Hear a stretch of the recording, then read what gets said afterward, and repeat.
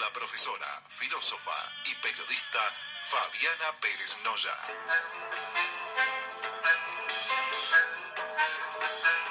Y ya estamos en comunicación en esta oportunidad telefónica con la profe Fabiana Pérez Noya, porque está con alguna nanita propia, no de la edad, sino de la estación que estamos viviendo. ¿Cómo le va? Muy buenas tardes para todos. Acá estamos con una voz de locutora más acentuada. Sí, con menos agudos. y con los bronquios que nos traen con un poco de tos. Y bueno, fue eso francamente lo que me impidió acercarme hoy personalmente a la radio, pero desde ya muy agradecida de que me permitan este contacto telefónico con ustedes y con toda la querida audiencia. Bueno, cuéntenos de qué vamos a hablar hoy. Bueno, en el día de hoy el Mirador se va a detener en lo que llamamos popularmente depredadores emocionales. ¿Qué son? ¿Qué son tipos y características? Traiga todos esos alfajores que dijo que tenía a la mano. Sí. Son como vampiros estos depredadores. Se les dice vampiros energéticos también. Ah, bien. Está bien. Hay toda una terminología. ¿Cómo le va? Buenas tardes. ¿Qué dicen a Laura? Diego está por ahí también. Está por acá. Son como los que te chupan las energías, ¿no? Pero son manipuladores, ¿no? Manipuladores. Ahí está. Entre otras cosas, probablemente, y nos van a contar. Sí, por eso. Adelante, profe. Sí, sin duda. Bueno, ¿qué pasa? La filosofía, a través de la psicología, y sobre todo la psicología clínica, y vamos a decir la que identifica, y trata lo que hay en medio de todo eso, de todo esto, porque, a ver, relaciones complicadas hubo en todo tiempo, ¿sí? Sí. Ahora nosotros tendemos desde hace unos años a ponerles más etiquetas y como nombres específicos a lo que nos pasa. Pero toda la vida existió, nada más que de repente no se decía tanto, no se comunicaba tanto, no estaba bien visto, en fin. Pero la psicología clínica, al día de hoy, enfoca el tema de los depredadores emocionales y las consecuencias en esas relaciones interpersonales, que tienen que ver con trastornos emocionales, patrones de comportamiento dañinos y hasta llevar incluso a bajar la autoestima o acentuar la ansiedad. ¿De sí mismo o del otro? ¿Cómo? ¿De sí mismo o del otro también? En una relación siempre hay dos afectados. Lo que ocurre es que con el depredador, puntualmente, que lo vamos a identificar a través de las características que tiene y cómo... Cuando hablamos de depredador, ¿en qué pensamos? Por ejemplo, nos remontamos, no a la selva, sería la sabana en realidad, aquel animal que está como al acecho, claro, buscando una oportunidad, buscando cuál va a ser su presa ideal, las características que tiene, el momento exacto en que actúa. Sí. Bueno, llevado a lo interpersonal, o sea, a las personas, hay depredadores, tanto hombres como mujeres, ¿no? Sí, no tiene sexo. Sí, claro. De género no tampoco. tiene, ahí está. Sí. Y ni estatus social ni nada. Hay de todo, en todos lados. Esto es bien democrático, ¿vio? Sí. Bien democrático. Sí. Y atraviesa todas las relaciones, desde lo que va, digamos, una relación de pareja, hasta relaciones de trabajo, relaciones de familia. O sea que pasa por todo lo que vivimos en realidad. Lo que ocurre es que la figura del depredador en sí, aunque todos tengamos alguna faceta manipuladora, de que tratamos, no sé, de decir algún comentario, otro obviarlo, o tratar de manejar determinada información porque nos conviene y otra que no nos conviene. Sí. Hay personas que lo hacen de una manera más dañina. Sí. ¿Por qué? Porque necesitan de alguna forma hacerse de esa presa para aumentar su autoestima. O sea que la autoestima del depredador también ya está afectada. O sea, está baja. Exactamente. Y va hacia la conquista, a la caza. Sí. ¿Sí? Entonces, si buscáramos una definición de la psicología de lo que es un depredador emocional, es una persona con un perfil de inferioridad, aunque se muestre así más fuerte ante los demás. Sí. Parecen normales, digamos. No, es que Claro. muchas veces esas personas muestran una personalidad en general más fuerte hacia la afuera. El tema es hacia adentro, que necesita de esas otras personas para completarse. Pero bien como decía, Claro, para completar. bien como decía la profe cuando lo comparaba con los animales, esa personalidad no la muestran con todo. No, claro. Eligen, Claro, saben claro, a quién. Claro. No, y además se hace de una forma bastante fría y planificada, ¿no? Claro, sí. Porque en realidad el depredador necesita alimentar ese vacío. ¿Verdad? Entonces, usualmente, ¿qué es lo que muestran? ¿Qué es lo que tiene esa máscara que muestran hacia la afuera? Una personalidad arrogante, y parecen igualmente normales, pero sin embargo, así como sucede en el reino animal que decíamos, cazan a sus víctimas para finalmente alimentarse. Y en los seres humanos existe ese tipo termina traduciéndose en un tipo de acoso moral. Ahora bien, también hay una responsabilidad, hay características de la víctima, ¿no? Porque el depredador avanza en donde puede y en donde encuentra. Claro, ¿y cómo podemos, por ejemplo, identificarlo? O identificarlo. Claro, ¿cuáles son sus características? Claro, ¿cuáles son las características? Ahí está. Es arrogante. Ahí va. Es arrogante. Sí. Parecen normales. Sí, claro. Son extremadamente, sobre todo en los primeros contactos, sumamente dulces y acaramelados. ¡Oh! Mire usted. Como el alfajor, ¿vio? Ahí está. Bien. Bueno, por eso conmigo no, porque a mí las cosas dulces... Chocolate por dentro, merengue de corazón. Hasta por ahí no. Es una especie de eso. Y se muestran magnéticos también, es decir, muy atractivos. Sí, claro. Mire usted. Claro. Mire usted. Muy bien. Pero, digamos, diagnosticado las características que tienen. Una vez que uno lo trata, va a haber personas con las que va a funcionar mejor que con otras, ¿no? Sí. Entonces, se han identificado los tipos de depredadores emocionales que hay. Y como normalmente tendemos a verlo más bien en lo que es una relación de pareja, ojo al gol porque lo que decíamos, ¿no? No, también en el trabajo, por ejemplo. Exactamente, en cualquier lado. Donde haya relación de una persona a otra, existen.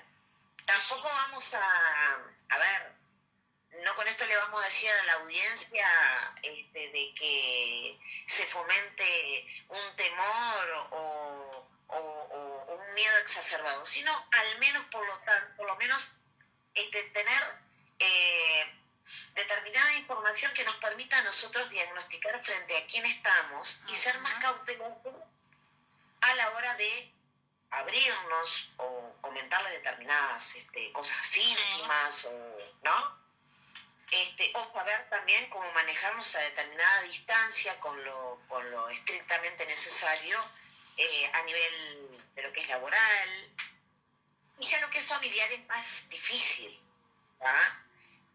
Pero resulta también bueno tener estos elementos para adoptar entonces un comportamiento que nos lleve a cada uno de nosotros a tener una conducta más sana en definitiva, porque lo que acarrea todo esto justamente es lo insano, es una autoestima que empieza a tener más declive, unos estados de depresión o de ansiedad que después termina en manos de quién, de un especialista como el psicólogo, que tiene que entrar a ver las causas de todo eso y diagnosticar por dónde viene la cosa. Ahora bien, lo que yo veo es que en el caso de estos depredadores emocionales, cuando se presentan, ya sean a nivel de pareja o a nivel laboral, por ejemplo, donde uno también los encuentra, que se crea, o sea, a la persona, ya sea del mismo sexo o de sexo contrario, cuando se establece una relación, ya sea de pareja o laboral, esa persona evidentemente tiene un carácter más débil porque se deja atrapar, se deja deslumbrar por todo lo que este depredador le dice y le dice además que haga, porque es un manipulador. Claro, porque lo que quiere ejercer es un control. Va poco a poco. Sí, claro. Va poco a poco. Identificando por qué lados puede incidir en esa persona y lograr como una especie de adoctrinamiento, ¿sí? En donde incluso la persona que es victimizada, sí, en un punto llega a tener la necesidad de la llamada de esa persona. Claro, se hace como adicta. Exactamente. Debería ser como una especie de adicción. Genera una fascinación y la otra persona se hace fan. Claro. Y necesita ese intercambio. Y logra además hacerle creer que eso es lo mejor de todo y que sin eso no puede vivir. Claro. Sí, sí. ¿Ah? Entonces, crea la necesidad y al mismo tiempo es como que, por ponerlo en términos de medicinales, infecta a la persona. Claro. Muy bien. ¿Ah? Pero ¿qué sucede en esas personas que son las víctimas de los depredadores? Sí. Hay también determinadas características de vacío al ser llenados. Son personas que de repente no se sienten lo sumamente reconocidas frente a los demás. Ajá. Tienen una vida de repente más solitaria. Son manipulables. ¿Ah? Entonces encuentran en esa figura algo a lo que aferrarse. Claro. Y por eso es que funciona esa dinámica. Claro, porque la víctima, digamos, se aferra a esta persona que le brinda, entre comillas, todo lo que le puede estar faltando. La manipula de tal forma que incluso le dice que sin él o sin ella no puede vivir. Claro, cuando querés salir un poco de esa situación, empieza como la tensión, ¿no? Y empieza ese manejo, la manipulación, ese lleva y trae, ese no, sin vos no puedo estar, o empiezan yo voy a cambiar y yo voy a hacer, y es como una tela que se empieza a tejer, donde es muy difícil salir. Sí, sí, lo es, porque no nos olvidemos que ¿qué pasa con el adicto cuando no tiene la droga? Abstinencia. Exacto. Sí, pero te da el síndrome de abstinencia. Claro, pero... claro, es difícil. Está difícil transitarlo, porque ¿qué pasa? Esa persona ya emocionalmente está invadida. Sí. Entonces, si no tiene de repente alguien con quien comentarlo, que se sienta confiada a abrirse, y que de repente por ahí le den un buen consejo de poner una distancia y ver qué sucede, ver con un profesional como puede ser un psicólogo, Sí. Está complicado realmente, ¿no? Porque después la persona, ¿qué sucede? Se ha comprobado que hasta llega a sentirse culpable de lo que pasó. Claro, sí, sí. Sí, a veces el manipulador o la Te manipuladora hace sentir así. hace que esa Lógico. sensación esté. Sí, sí. Entonces, el sentimiento que puede tener uno u otro va a depender también del otro.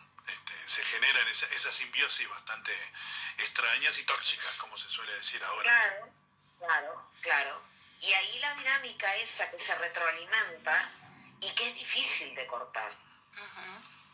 ¿Sí? Vamos a ver una psicóloga que es bastante joven, al día de hoy, que trata esto y lo trata en redes y además hace terapias. Ha llegado mucho a la gente joven, pero además al resto de todos nosotros, digo, edades intermedias y demás, en donde entra como de lleno, ¿va?, a lo que son esas características y las herramientas que podamos tener para poder salir de esta telaraña, empezar a salir de esa telaraña y salir lo menos ilesos posibles, es decir, aprender de esa situación. Sí, que no es fácil, digo, ¿no? No lo es para nada. Bien. Para nada. Yo recuerdo que leí un libro que trata este tema, también de una psicóloga, si no me equivoco, que yo lo anoté cuando vos me dijiste, Elizabeth Clapé. Clapés, es la que voy a citar yo. Claro, Sí. el libro ese Elizabeth que se llama Tú no eres el problema. Ujú. Que trata justamente eso, porque el manipulador llega un momento en que la víctima es la culpable de todo, Claro. de lo que le sucede a él y de lo que le sucede a ella también, como persona. Exactamente. Entonces, evidentemente, es un libro que trae otros temas psicológicos sumamente importantes, pero sí. Claro, porque hay carencias en la víctima que las tiene que tratar. Claro. Porque justamente por eso es que le da lugar al depredador, si no, no pasaría, o por lo menos pasaría un tiempito, ve cómo es la cosa y dice, no, por acá no va, yo no necesito esto, esto no es una relación real. ¿Ah?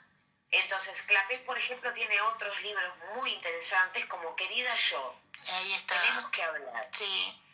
¿Ah? Sí, claro. hasta que te caigas bien. Sí. Ahí directamente lo que es la autoestima de cada uno de nosotros. Claro. Y perderte para encontrarme, ese me encantó. Ajá. Ese no lo he leído. Muy bien. Perderte para encontrarme.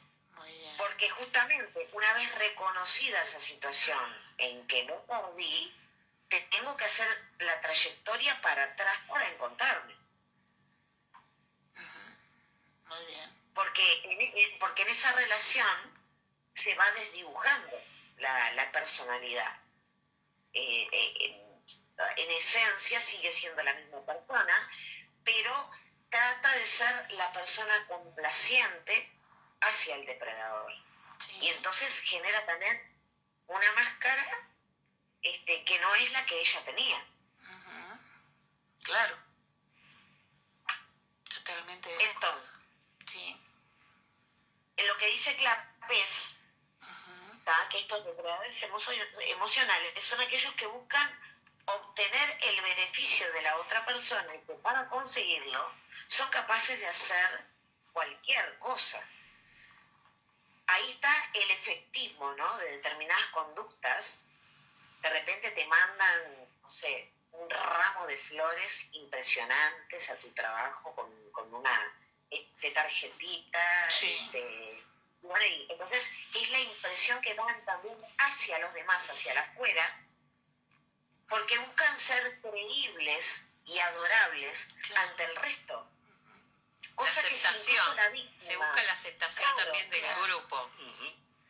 Del grupo, porque si la víctima dice algo en contrario, no va a ser tan creíble porque ante los demás van a caer sumamente bien en el paracaídas. Muy bien. como excelentes personas. Sí, sí. Parecen personas encantadoras, Claro. pero cuando se introducen en la vida de cada uno de nosotros, manipulan, hieren y confunden. Claro. Hasta que un día, dice la pez, te das cuenta de que has dejado de ser tú. Ese es el tema, ¿no? ¿Ah? Sí, sí. Perderte para encontrarte.